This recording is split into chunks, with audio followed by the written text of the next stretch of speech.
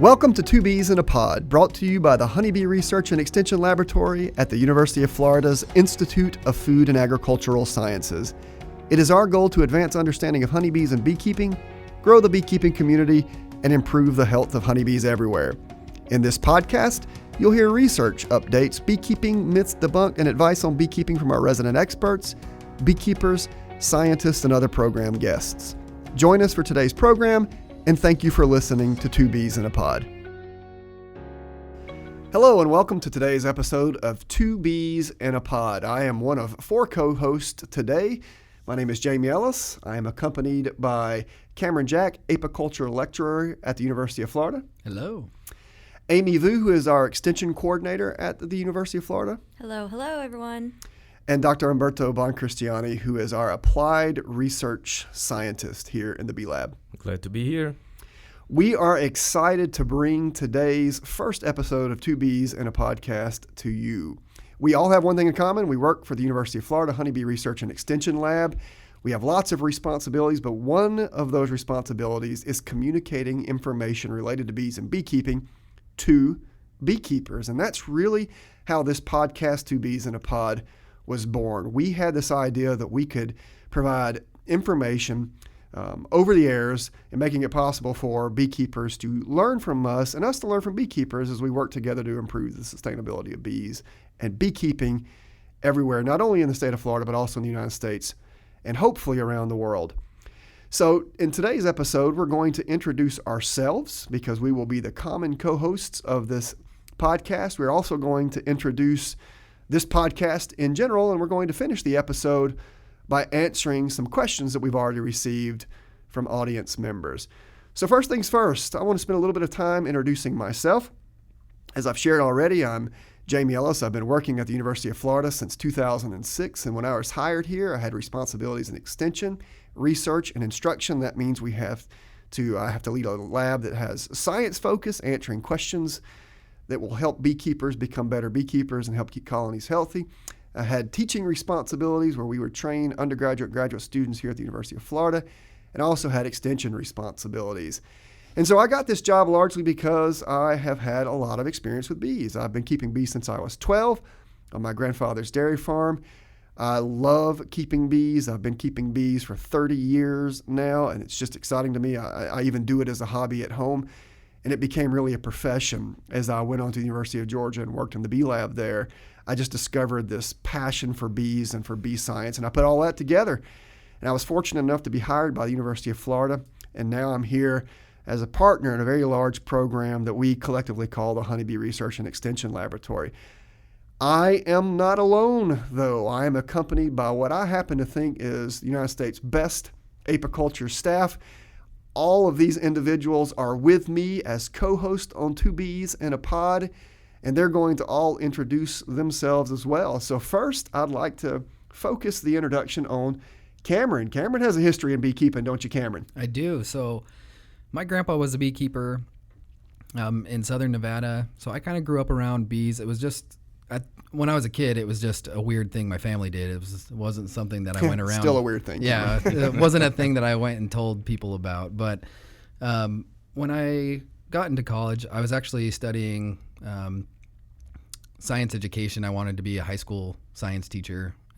But then I had a really great professor that introduced me to research. I actually did bat research for a year and a half, which if you haven't had the opportunity to catch bats, I mean, that it's second only to beekeeping. But I got into research, and I knew I wanted to pursue it a little bit more. And so I did my master's at Oregon State University, where I started actually doing honeybee research. And I researched a honeybee gut pathogen called Nosema cerana. And then when I would go to these meetings and I would tell beekeepers about my Nosema research, then a million hands would go up afterwards, and they would just ask me a bunch of questions about Varroa. And so, I thought for my PhD, I thought this is probably where I need to focus. And I actually came to the University of Florida in 2015 to actually work with Dr. Jamie Ellis. And then a few years later, a position came open for an apiculture lecturer position, and I thought, I know beekeeping, and I like to teach. This is what I wanted to do. It just kind of seemed to be a perfect fit, and I applied for the position. I got it in 2018. So what are some plans you have for developing courses here at the University of Florida? I mean, I know that you're our apiculture lecturer, but you have plans to teach lots of classes here, and that's going to be one of the things that makes our program unique. So what are some of those courses? Sure. So, I mean, if you think about kind of a typical program within agriculture, I mean, you might, if you were interested in horticulture, for instance, you're going to take a few horticulture courses, you do an internship, and you go into the industry. If you were in cattle, I mean, you take a few courses and then you do an internship and you go into that industry. There's nothing really like that for beekeeping. And so we're making new courses. A lot of other universities that have somebody that knows anything about beekeeping or honeybee research has one course generally, and it's called beekeeping. And it's just kind of the big warm and fuzzies of what beekeeping is. But nobody can really go away from that course and actually be successful in their own kind of operation. And so, I mean, we have a series of courses where we have Beekeeping 1, Beekeeping 2, where we're just kind of introducing the general concepts of beekeeping and some of the kind of the foundational knowledge.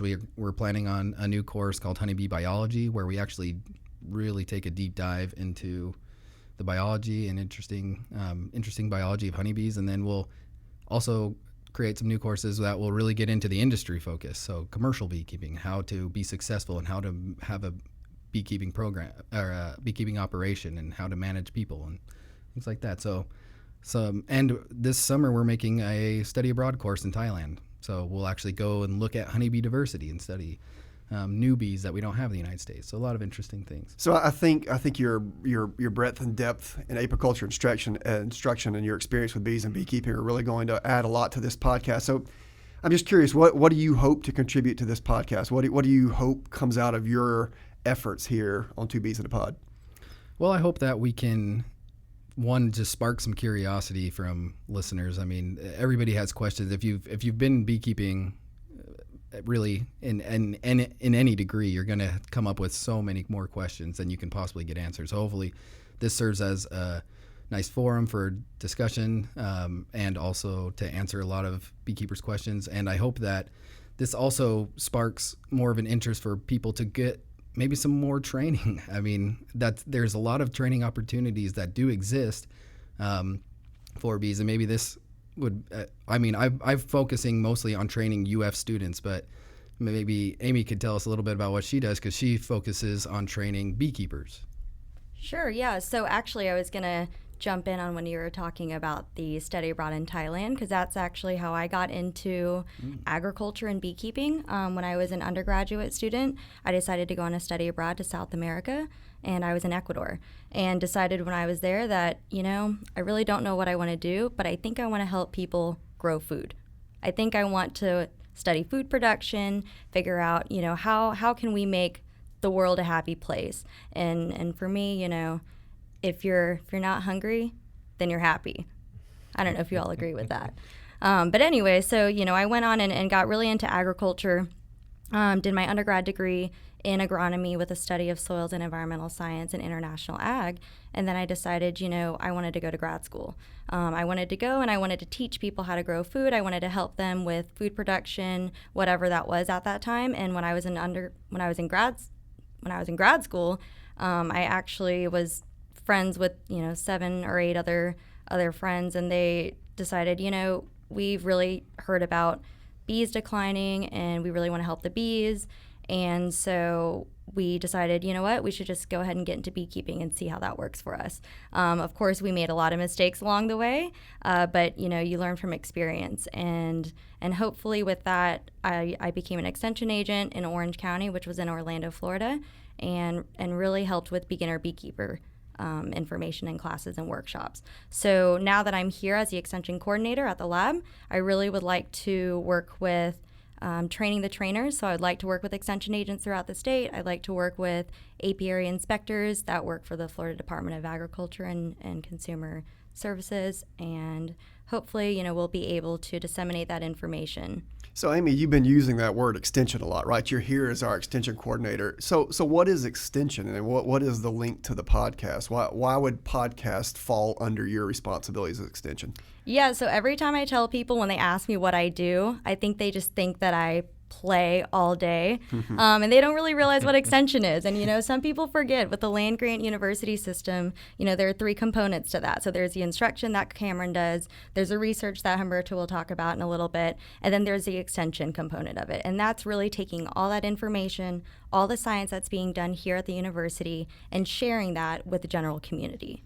You know, whether that's a backyard beekeeper, whether that's a commercial beekeeper, and really we're just extending the science to the general public. And so that's where this podcast really plays and really falls under, is that extension program. Yeah, I mean, it's important to remember, right, you can't reach every audience with just one activity. So the podcast that we're doing here is just our opportunity through extension to reach a unique audience.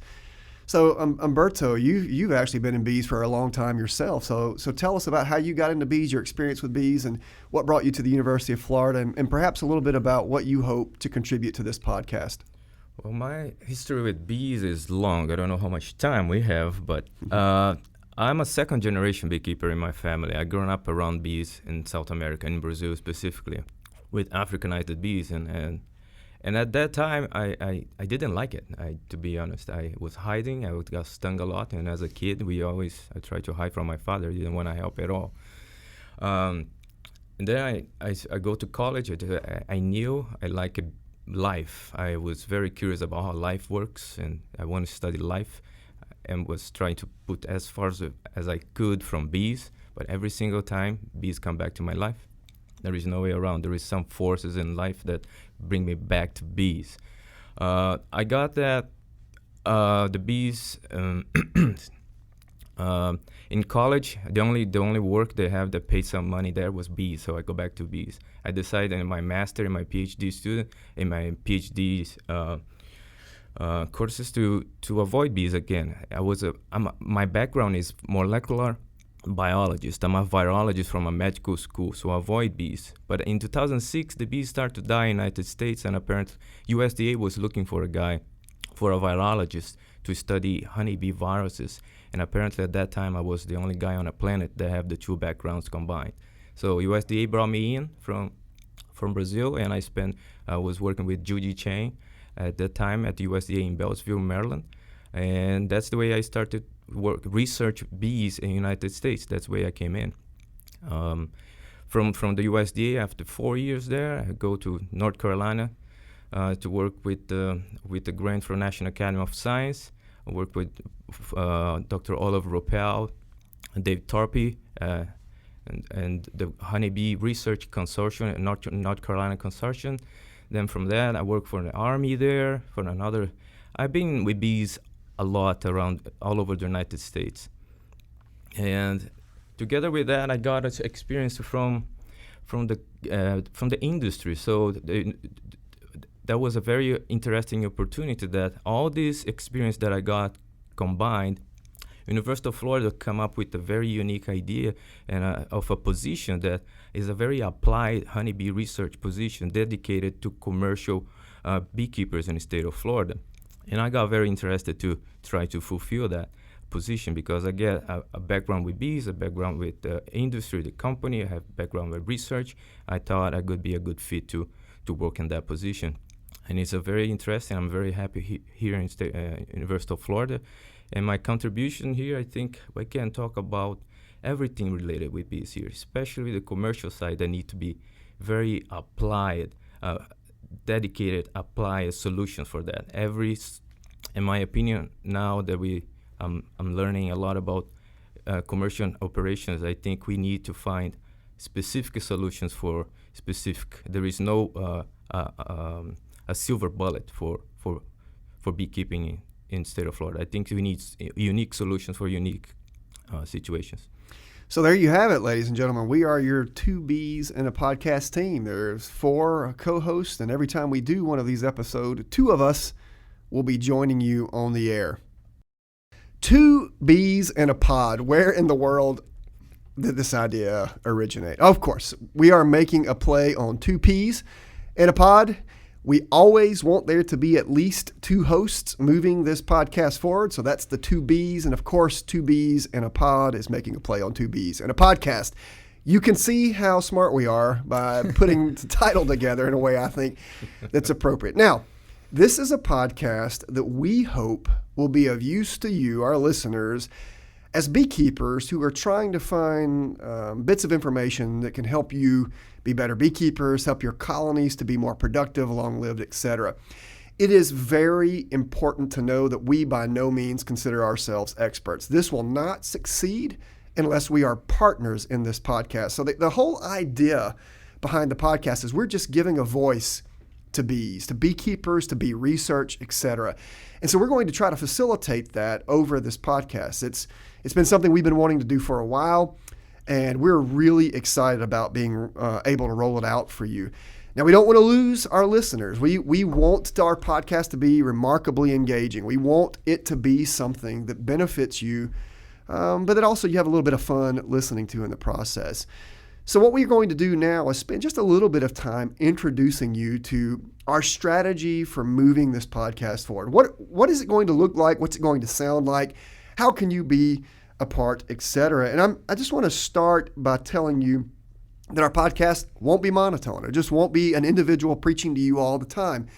There are going to be different parts of it. And Cameron, how do you see the structure of the podcast? How are we talking about making it to where each podcast has something for everyone? Well, the way we're thinking about it for now anyways, is we're going to break this podcast up into different segments. So we're thinking that every podcast, we will talk about 3 or 4 different segments. Those segments might vary somewhat from podcast to podcast, but from episode to episode. But what we're thinking of is new research, maybe one segment about pests and diseases, which every beekeeper needs to kind of have on the forefront of their mind. Maybe some management. Maybe we'll talk a little bit about common bee myths. Some news topics, questions and answers. Things that are live from the hive. Live from the hive. You had to go there, huh?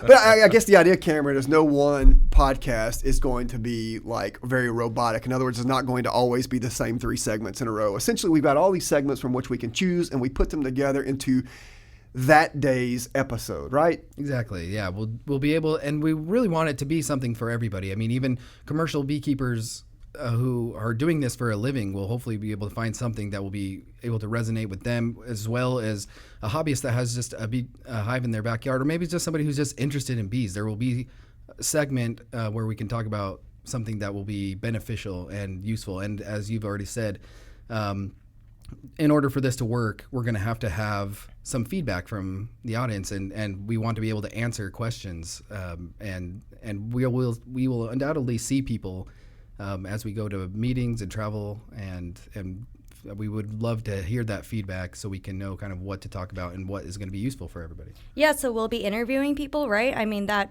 would just make sense while we're going and traveling around. So hopefully, we'll be having some hobbyists, some commercial beekeepers coming in to talk about their specialties, maybe some of their interests.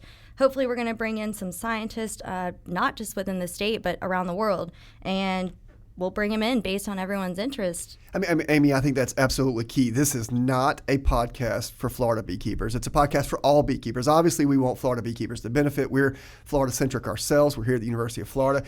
But you're right. Cameron, I think you alluded to it. We travel a lot. We do travel a lot. So there's lots of opportunities to interview beekeepers around the country, around the world. But it's not just beekeepers. I mean, who else will be coming and joining us on our podcast? Probably some master gardeners, master gardener volunteers talking about some landscape, good plants to plant, maybe some invasive species specialists. I mean, what else do you guys think we should do?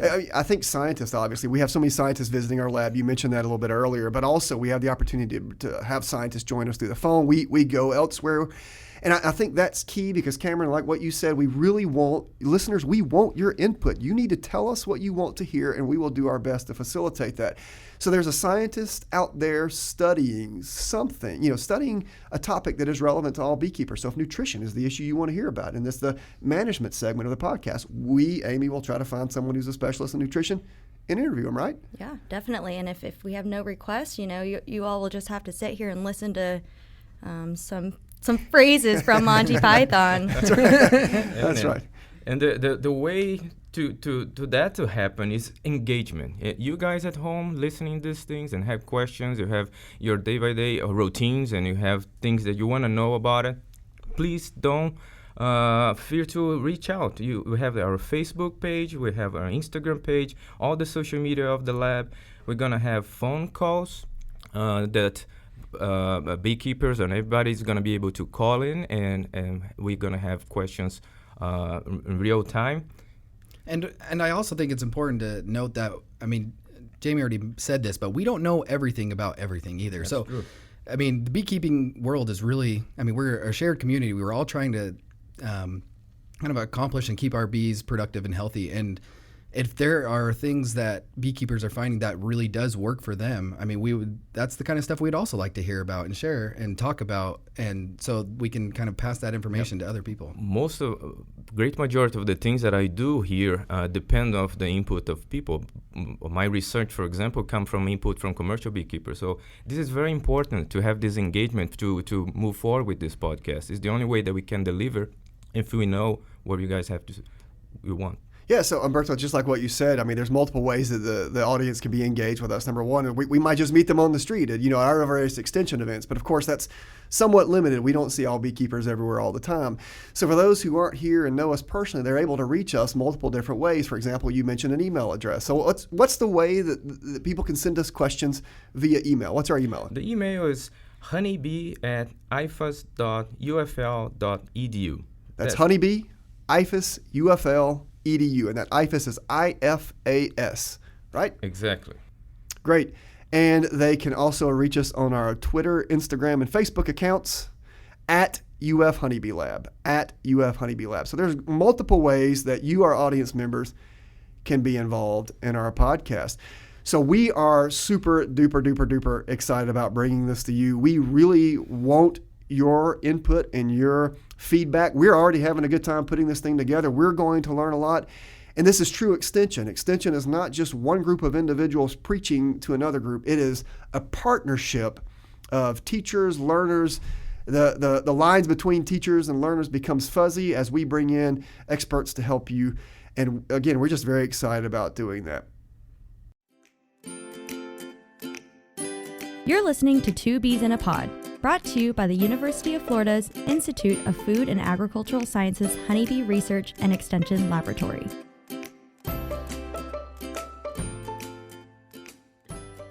We have now reached that segment in Two Bees in a Pod where we are going to do our best to answer questions.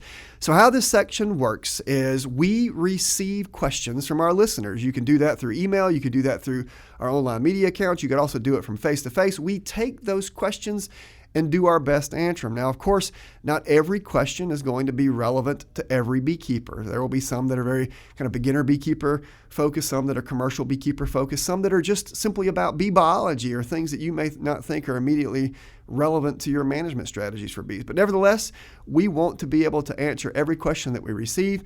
We're going to do that to the best of our abilities. I want to remind you that we work for the University of Florida, so all of our answers will be research-based. And there will be times, frankly, that we don't know the answer, and all we're able to do is speculate, and we will tell you when we are speculating, just to be fair. As a warning, we're going to do our best to answer your questions succinctly, but then we reserve the right to ramble just a little bit as we kind of discuss our feelings about that question and the answer that we give. So with that background, Amy, we just started our podcast. This is the first episode. How is it possible that we even have questions in the first place? Well, Jamie, maybe you should try getting a Facebook account and opening one up. No such luck.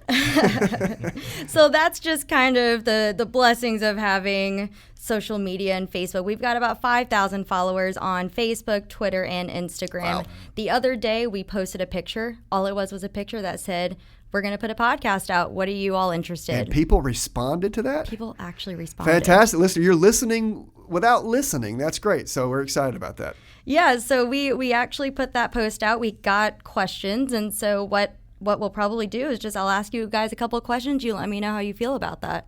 I think we can do that. Cameron, Humberto? Great. All right. Awesome. Bring it on. All right. So one of our questions that we had was about a flow hive. So they just bought a flow hive, and so they're wondering, what do you all think about flow hives? Wow, I tell you, I remember the first place I was when I received the first question about flow hives. These are remarkably popular hives. When they first came out, the videos and the emails just were spread around the beekeeping world. And so what is a flow hive? A flow hive is a modified hive with modified frames that allow beekeepers from the outside of the hive to harvest honey. And they do this essentially by putting a crank into the hive, cranking that hive, which pops the frames a bit askew, and then honey flows from those frames out a tube, out the face of the hive. So you literally can go to your hive, turn a tap, and fill a jar with honey. Now, of course, this is a beautiful idea. Everybody likes this idea that they go to their hive, they turn a tap, and honey comes straight out. But is it practical? So the short answer to that is yes, it's practical, I think, but mainly for the niche hobbyists, those individuals who kind of want to have bees around but not necessarily manage them heavily. They want to be able to go up to their hive, collect honey easily, maybe even fresh honey that they're able to collect that day and use on a biscuit later that afternoon. But for commercial beekeepers, I don't think it's really a relevant or useful tool at the commercial level because it's really labor intensive. And I would say part of the issue that I might have with FlowHive is if you are a novice beekeeper, starting out with the FlowHive doesn't seem to be the best thing because you really do need to learn those skills to get in and inspect your colony's health, but to know even if you should be extracting honey. Maybe the honey's not even ripe yet, and if you don't want to over extract too, because then you're going to starve your bees. Cameron, that's a great point. I would never recommend FlowHives to beginner beekeepers. It seems to be marketed heavily towards beginner beekeepers, but you really need to understand how to work a colony in the first place because to me, FlowHives are kind of that next step of colony management. Again, I'm not saying they don't work. I think they do exactly what they're advertised to do. And the good news is we even have one here at the University of Florida. We're going to put bees in it in spring 2019 and we'll be able to, or 2020, and we're going to be able to generate some data and just kind of get the feel for how they work. So succinctly, I think they do exactly what they're advertised to do, and we're excited about testing one out ourselves. Hey, so on that note of the honey supers, another question that we had was whether you can use oxalic acid treatment on the supers or not. I figured that would be a question for you, Cameron. Sure. So oxalic acid is an organic chemical that it's actually found in a lot of plants. It's easy for beekeepers to buy. I mean, you can and should buy them from beekeeping suppliers, but you can actually go to your hardware store and buy oxalic acid, which is used as a wood bleach. So I would, at that point, just say oxalic acid, just because it's organic doesn't necessarily mean it's safe, and you really do need to protect yourself. But as part of the question of whether you can use that with honey supers on, I mean, the answer is actually no. I mean, if you look at the label, it very clearly states, do not use while honey supers are on the colony. If you sample honey, you can find oxalic acid in them, even when you're not treating with oxalic acid. However, when you are treating, if you are not using the correct dose, it could really cause a problem, especially if you're going to sell that honey and put that to market. So the answer is no, and you should probably be careful with using something like oxalic acid with honey supers on. Cameron, I think something worth emphasizing is exactly what you said. You must follow the label. The label's the law. And so the label is meant to protect three things really in this case. Number one, you want it to achieve the control. That's number one. Number two, you want to protect the thing you're trying to protect in the first place. So if you use it incorrectly, you might kill bees. And number three, labels are written in a way to protect the user. So I see a lot of beekeepers doing things with oxalic acid that I don't think they should be doing. So, they're thinking it's a natural compound, it's safe for me. But I just feel like that they're applying it in ways that are not consistent with the label, which is detrimental to their health. Yeah, absolutely. I mean, one of the legal applications of oxalic acid is vaporizing, where you're basically turning this solid into a liquid and then to a gas, and then you're putting that inside the hive. And so in order to do that, you do need to protect yourself, with full protection for your skin, for your eyes, and you need to wear a real respirator, not just a particle filter. It needs to have organic vapor filters. I've accidentally pulled my off just a little hair too quick and took a little quick breath of oxalic acid, and I couldn't stop coughing for about a half an hour. So, you really need to protect yourself, because your health is not, your bee's health is not above your health. So protect yourself. So that's a great question from the listener. I just want to emphasize that we'll be talking about Cameron's research in future episodes, and we're going to really go into great detail about oxalic acid in the future. Mm-hmm. When we were talking about the labels law, there's a lot of research that goes on behind making that label. On that note, another question that we had was, people are hearing about parasitic mite syndrome. Can you guys tell me a little bit about that? What is that? Yeah, it's interesting that came up as one of our first questions. Parasitic mite syndrome is really a term that arose, I would say, about a decade ago, and it really is used to describe essentially heavy infestations due to Varroa. So Varroa are difficult to see. So one option is you can go to a colony, see them, you can sample for them and count them. But there are other signs of disease that accompany Varroa. And one of those, for example, is deformed wings among a lot of the adult bees. Another of those is what I call molten brood, where you actually look at the developing brood in the brood cells and you see that they're sick or diseased and kind of falling or melting to the bottom of the cells. You also get these spotty brood patterns. And so collectively, these form the signs of disease associated with the term that we use when we say parasitic mite syndrome or the acronym PMS. But Humberto, you have some feelings about parasitic mite syndrome because you've been seeing beekeepers kind of use the term slightly differently depending on who's the individual you're discussing the concept with at any given moment. Yeah, the whole problem comes from all these signs that you mentioned individually can be explained by other causes other than Varroa. Absolutely. And then in the field with every single individual beekeeper, they start to create their own version of the syndrome. So associating the different symptoms or different things that they see that they think is the signs that people are talking about. So every place I go, I feel that the beekeepers have a different standards for the syndrome. The same happened with other problems in beekeeping. Like here in the state of Florida, we have the crud. Apparently, is a bacterial infection, and then. But every place I go, apparently the beekeepers show me a different sign of what they call the crud. So it is very difficult in beekeeping to have many variables that will work together to show a phenotype, something that we can see. People have different approach. Every operation show different symptoms, so they have different standards. Every place I go, they have different standards. So I think the take-home message is that you as a beekeeper should be monitoring for Varroa in your colonies, and when you hit damaging economic thresholds, which is usually somewhere in the neighborhood of 3 mites per 100 adult bees, you should treat with legal products according to label, and that will help address parasitic mite syndrome in your hives. Great. And I think we have time for one more question. Okay, let's go for it. All right. So the last question we have is about small hive beetle, and people are wondering, how effective are beetle blasters and Swiffer sheets? So I'll take first stab at that. And so I did my PhD dissertation on small hive beetles when I lived in South Africa. So I've been working with small hive beetles for a while. So there are a couple of ways to try to address small hive beetles. One of those ways is chemical. The good news about the legal chemicals that aren't very good. And why do I say that's good news is that's forcing us to try to address small hive beetles without using chemicals. So that has led a lot of people to develop traps. So beetle blasters are one of many types of traps that people put in colonies to try to capture the adult beetles.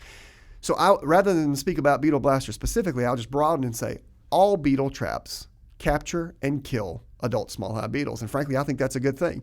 And they usually do it on the cheap. They're not very expensive. You can put things such as vegetable oil or mineral oil into these traps, so those are not toxic to bees unless bees are submerged in them. So to me, the traps can only help. They cannot hurt.